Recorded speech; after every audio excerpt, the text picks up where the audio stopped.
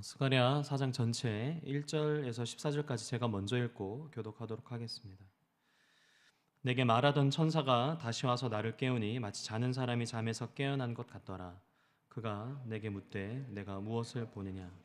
내가 대답하되 내가 보니 순금 등잔대가 있는데 그 위에는 기름 그릇이 있고 또 그 기름 그릇 위에 7 등잔이 있으며 그릇 위에 있는 등잔을 위에서 7 관이 있고 그 등잔대 곁에 2 감람나무가 있는데 하나는 그 기름 그릇 오른쪽에 있고 하나는 그 왼쪽에 있나이다 하고 내게 말하는 천사에게 물어 이르되 내 주여 이것들이 무엇이니까 하니 내게 말하는 천사가 대답하여 이르되 내가 이것들이 무엇인지 알지 못하느냐 하므로 내가 대답하되 내 주여 내가 알지 못하나이다 하니 그가 내게 대답하여 이르되 여호와께서 스룹바벨에게 하신 말씀이 이러하니라.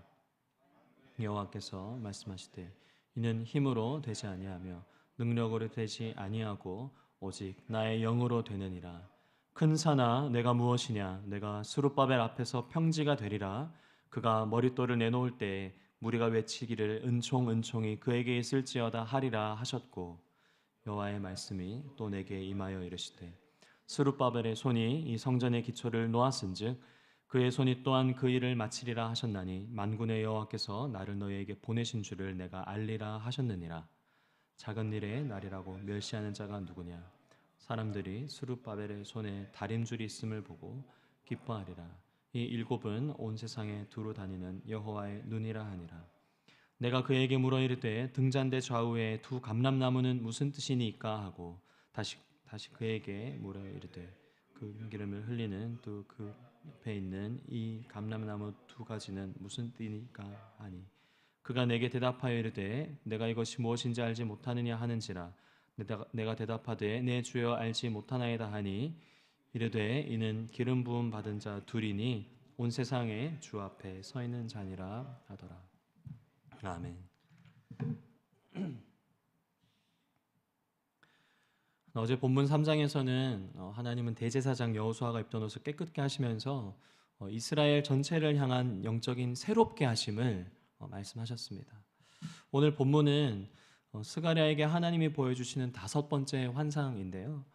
결론부터 말씀드리면 하나님은 이 성전 기초의 모든 시작과 끝, 과정과 성취가 하나님의 영으로 말미암아 이루어질 것이다 라고 말씀하십니다. 바라기는 오늘 하나님 말씀 앞에 서 계시는 성도님들의 영혼이 다름 아닌 성령으로 충만하여져서 세상이라는 그 큰 산들이 평지가 되는 그런 귀한 일들을 경험하시기를 예수님의 이름으로 축복합니다. 사람들은 대개 위기 상황이 되면 자연스럽게 누군가를 의지하고 또 바라보게 되는 것 같습니다. 경제의 위기 때는 경제 전문가들을 찾게 되고 또 정치의 위기 때는 정치 전문가들에 기대게 되고 신앙의 위기 때는 영적인 지도자를 찾게 되죠. 스가랴서가 쓰인 이 당시는 경제와 정치 그리고 사회 문화 심지어 신앙의 영역까지 모두가 다 새롭게 재건돼야 되는 때였습니다. 이런 상황 속에서 스가랴에게는 대제사장 여호수아와 총독 스룹바벨이 얼마나 든든했겠습니까? 그의 곁에는 걸출한 종교 지도자이고 또 여호야긴의 손자인 총독 스룹바벨 이 2 큰 인물들이 있으니까요. 아마 이 2 사람과 함께하면 성전 건축도 꿈은 아니겠다라고 여겼을 것 같습니다. 그리고 이런 마음은 비단 스가랴 본인뿐만 아니라 스룹바벨에게도 그리고 여호수아에게도 서로에게 같은 마음이지 않았을까 생각하는데요. 오늘 본문에서 하나님은 그런 스가랴에게 5번째 환상을 보여주시는데 2절, 3절에 환상 가운데 그가 보게 되는 것은 무엇이죠?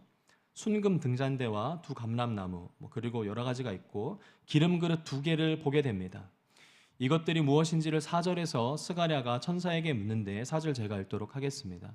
내게 말하는 천사에게 물어 이르되 내 주여 이것들이 무엇이니까 하니 스가랴의 질문에 대해서 천사는 뭐라고 답변을 하죠? 즉답하지 않고 오히려 반문합니다. 내가 이것들이 무엇인지 알지 못하느냐라고 말입니다. 그리고는 천사가 이어서 스가랴에게 말을 하는데요. 그럼 그 내용이 환상의 대상들, 이게 뭔지에 대해서 직접적으로 말을 해줄 것 같은데, 근데 저희가 읽어봤던 내용들은 뭐죠? 바로 그것이 무엇이다라고 이야기하지 않습니다. 대표되는 것이 6절과 7절인데 6절 7절만 함께 읽도록 하겠습니다. 시작. 그가 내게 대답하여 이르되 여호와께서 스룹바벨에게 하신 말씀이 이러하니라. 만군의 여호와께서 말씀하시되 이는 힘으로 되지 아니하며 능력으로 되지 아니하고 오직 나의 영으로 되느니라. 큰 산아 내가 무엇이냐? 내가 스룹바벨 앞에서 평지가 되리라. 그가 머릿돌을 내놓을 때에 무리가 외치기를 은총이 그에게 있을지어다 하리라 하셨고, 이 천사가 스가랴에게 환상의 대상이 무엇인지를 즉답하지 않고 무엇을 이야기합니까? 뜬금없이 스룹바벨에게 하시는 하나님의 말씀을 전달합니다. 이는 힘으로 되지 않고 능력으로 되지 않고 나의 영으로 된다. 큰 산아 내가 무엇이냐? 내가 스룹바벨 앞에서 평지가 되리라 라는 그 말씀을 전합니다.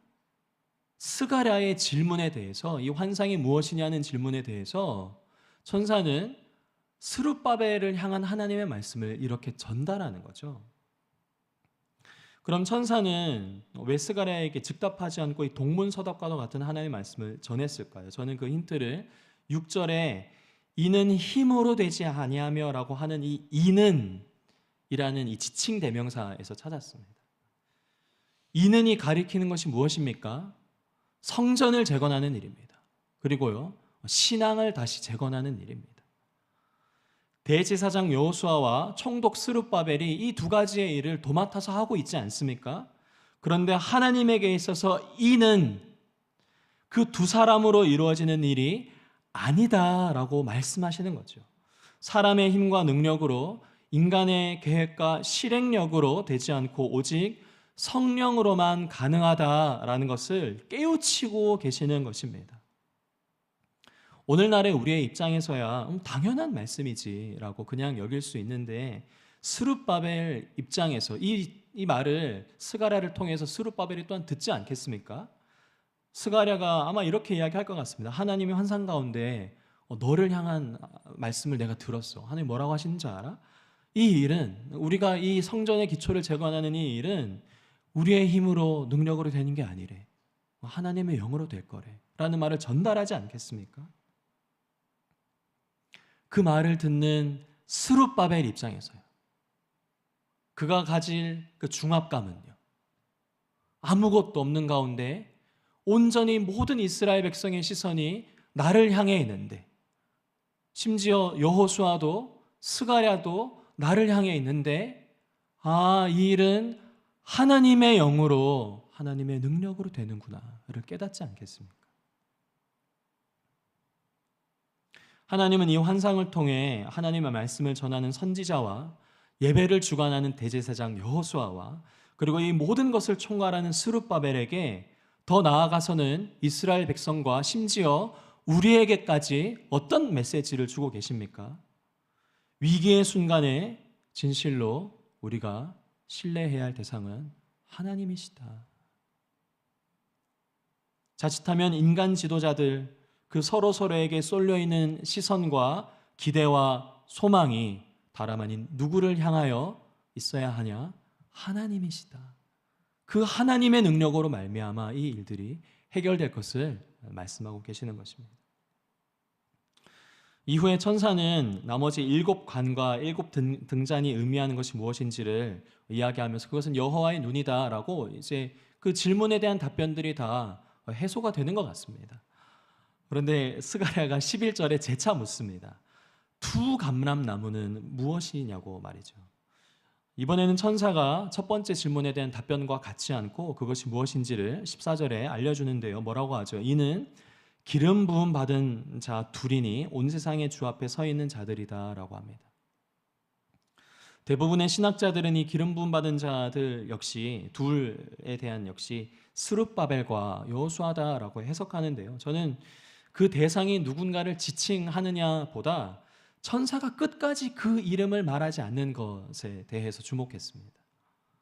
만약 천사가 여호수아와 스룹바벨이라고 특정한다면 이 말씀은, 이 말씀에 대한 적용은 그 시대의 사람들에게만 적용이 되었을 것 같습니다. 하지만 부연 설명으로 뭐라고 이야기하죠? 온 세상의 주 앞에 서 있는 자라고 말하지 않습니까? 하나님은 시대를 막론하고 누구든지 하나님 앞에 서 있는 자는 성령의 기름 부음으로 충만하여 하나님께서 그러한 대상을 쓰실 것이다 라고 말씀하고 계십니다. 설교를 마무리하면서요, 우리는 성경 전체를 통해 이 모든 기름 부음 받은 자들의 완성이 메시아인 예수 그리스도인 것을 보게 됩니다. 이 예수 그리스도야말로 만왕의 왕으로 통치하시는 분이시요 모든 예배를 주관하시는 대제사장이십니다. 그런데 이 예수님 또한 공생의 가운데 성령의 충만함을 위해 하나님께 기도하셨는데 인간인 우리야 더 어떻게 하겠습니까? 우리가 할 것은 기도 가운데 성령의 충만함을 구하는 것인 줄 믿으시길 바랍니다. 서두에 말씀드린 것처럼 위기의 순간이 다가오면 내 힘과 내 능력으로 할 수 없는 일들이 벌어지면 자연히 우리는 나보다 더 많은 능력과 힘을 가진 사람을 의지하게 되는데, 그런 유력자들이 우리를 돕는다 해도 이것은 인간의 영역 그 안에서만 이루어지게 됩니다. 우리의 힘과 능력, 그리고 우리가 살아갈 모든 은혜를 주시는 분은 오직 하나님이심을 믿으며 오늘 기도 가운데 다름 아닌 성령의 충만함을 구하여 마침내 큰 산이 평지되게 하시는 그 하나님의 역사를 경험하시는 저와 여러분 되시기를 예수님의 이름으로 축복합니다. 잠깐 기도하도록 하겠습니다.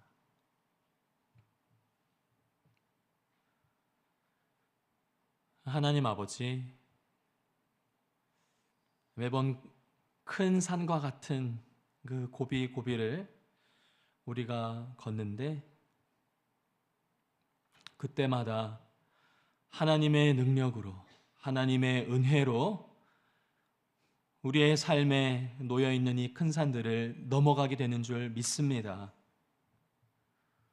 그러나 또 지나고 보면 그 일들이 내가 잘한 선택이었고 내가 감당한 일이었다라고 하나님의 은혜와 주님의 도우심을 잊을 때가 많은데, 주님 그때마다 오늘 본문의 말씀을 기억하면서 과연 이 일들이 어디로부터 말미암아 진행되었는지, 우리가 걸어가는 이 신앙의 여정이 성령의 도움 없이는 한 발자국도 움직일 수 없는 연약한 존재임을 깨닫게 하여 주셔서 우리의 매일의 기도 제목이 오직 성령의 충만함이 되게 하여 주시옵소서. 그 성령의 충만함을 구하는 모든 성도님들의 기도 가운데 신실히 응답하셔서 큰 산이 또한 평지가 되는 그 일들을 경험하는 모든 수지해본교회 성도님들 되게 하여 주시옵소서. 그렇게 행하실 주님께 감사드리며 예수님의 이름으로 기도드립니다. 아멘. 우리 한 가지 제목으로 기도하시고 개인기도로 가길 원합니다. 나 자신을 위해서도 그리고 내일 있을 예배를 위해서도 하나의 기도 제목인데, 주님 우리의 기도 가운데, 우리의 예배 가운데 다름 아닌 성령의 충만함을 허락하여 주시옵소서. 그리하여 큰 산이 평지가 되게 하시는 하나님을 경험하는 우리 개인과 또한 교회 되게 해달라고 함께 기도하시고 개인 기도로 하나님 앞에 나아가도록 하겠습니다. 함께 기도하겠습니다. 전능하신 하나님, 주님 그렇습니다. 그렇게 은혜로 도우시고 성령께서 친히 행하셨음에도 불구하고 주님, 내가 잘한 선택이었고 내가 한 행동이었다, 그렇게 나 스스로에게 영광을 올려드리는 그런 내가 하나님 되고자 하는 나의 지금 중심성이 하나님 오늘 말씀을 통해서 깨어지기를 원합니다. 주님, 그 고비고비마다 하나님의 은혜로 오직 하나님의 도우심으로만 살아오게 됩니다. 주님, 우리의 인생에 또한 찾아오게 되는 새로운 큰 산들, 성령께서 친히 그것을 평지가 되게 하시고, 또한 평지가 되게 하지 않으시면 그 산을 능히 넘어갈 수 있는 힘과 은혜를 우리에게 주실 줄 믿습니다. 그 은혜를 구하는 모든 성도님들 가운데 성령의 충만함으로 채우셔서 우리 안에 있는 모든 두려움과 불안함이 사라지고 오직 주님만 바라보는 시간 되게 하여 주시옵소서. 하나님, 특별히 내일 예배 가운데 한 주간 하나님을 잊고 살았다가도 주님 앞에 가난한 마음으로 나오는 모든 성도님들의 심령 가운데 예배를 통하여 성령의 충만함이 있게 하여 주시옵소서. 그리하여 이 마른 뼈가 살아나고 다시 신앙과 예배가 살아나는 그러한 흘러온 일들이